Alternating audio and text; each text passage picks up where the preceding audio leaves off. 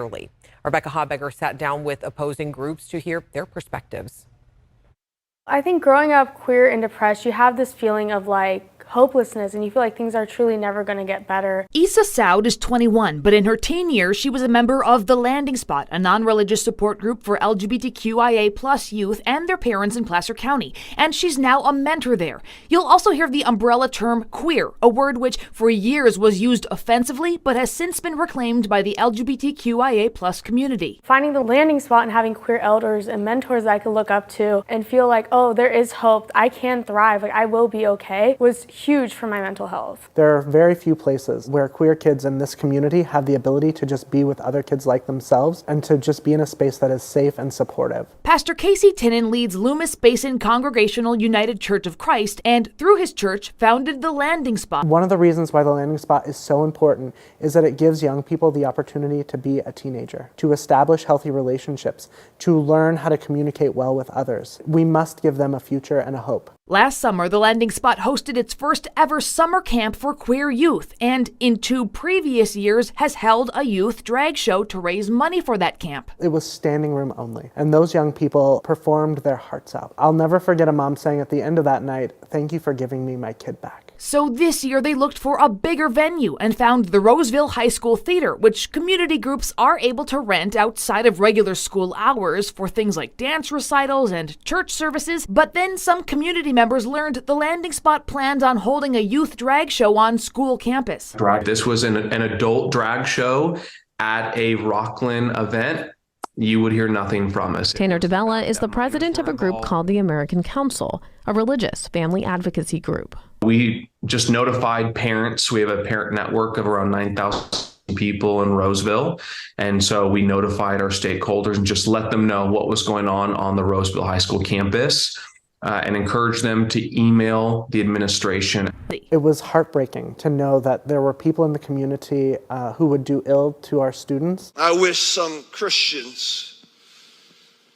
we had some Christians and church leaders who were not afraid to confront some things. On Sunday, Pastor Greg Farrington of Destiny Christian Church in Rockland mentioned the drag show in his sermon. Loomis Basin Community Church is sponsoring a drag queen event promoting to minors. Pastor Casey says the high-profile attention from the megachurch's leader, the American Council, and others in the community has caused the youth and parents of The Landing Spot to fear for their safety. I had to sit with parents who grieved and cried and were concerned about their kids. On Monday evening, the youth, parents, and leaders of The Landing Spot met to discuss the situation. We had the kids go around and tell us how they felt about having the drag show, and they were like, they didn't feel safe. And so we decided that we will not continue with this drag show for further notice. Where was this pressure coming from?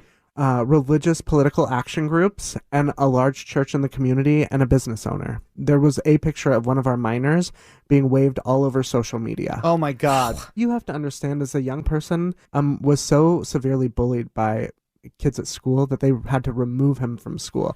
And so to have this young person's picture being waved all over the internet. But being bullied by adults. With KCRA3 that the district facilities are often made available for public use, but stated The Landing Spot did not accurately describe the type of fundraiser they were going to have.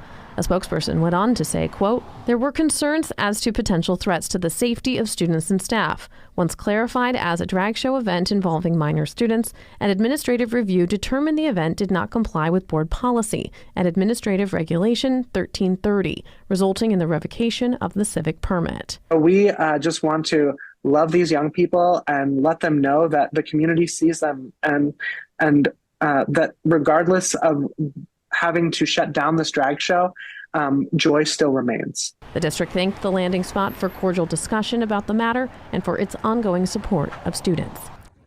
You know that story. Here's what they're not telling you. These kind of drag shows have been happening in California since 2013, and a lot of these queer churches depend on that funding to stay afloat. So all of a sudden, 90,000 parents are going up against queer youth groups? Like, what gives them the right to say, no, your kids can't play dress up, but my kids at the football game, they can play dress up at Spirit Day or whatever? That's not fair. We're trying to raise our kids too. And with the high school taking the action it took, What does that say to trans students? You're not welcome? Get out of here? This community space told another community that they aren't welcome, and that is unacceptable.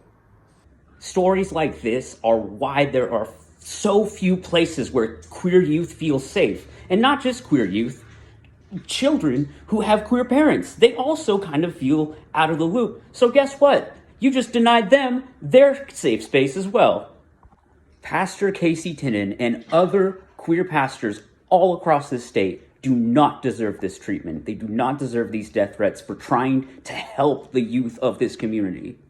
When 90,000 parents are up in arms against a certain percentage of not even that much people, you gotta really question what's really going on here. These kids, they're sweet. The sweetest kids I know. And that pastor, he's a good, honest, God-fearing man.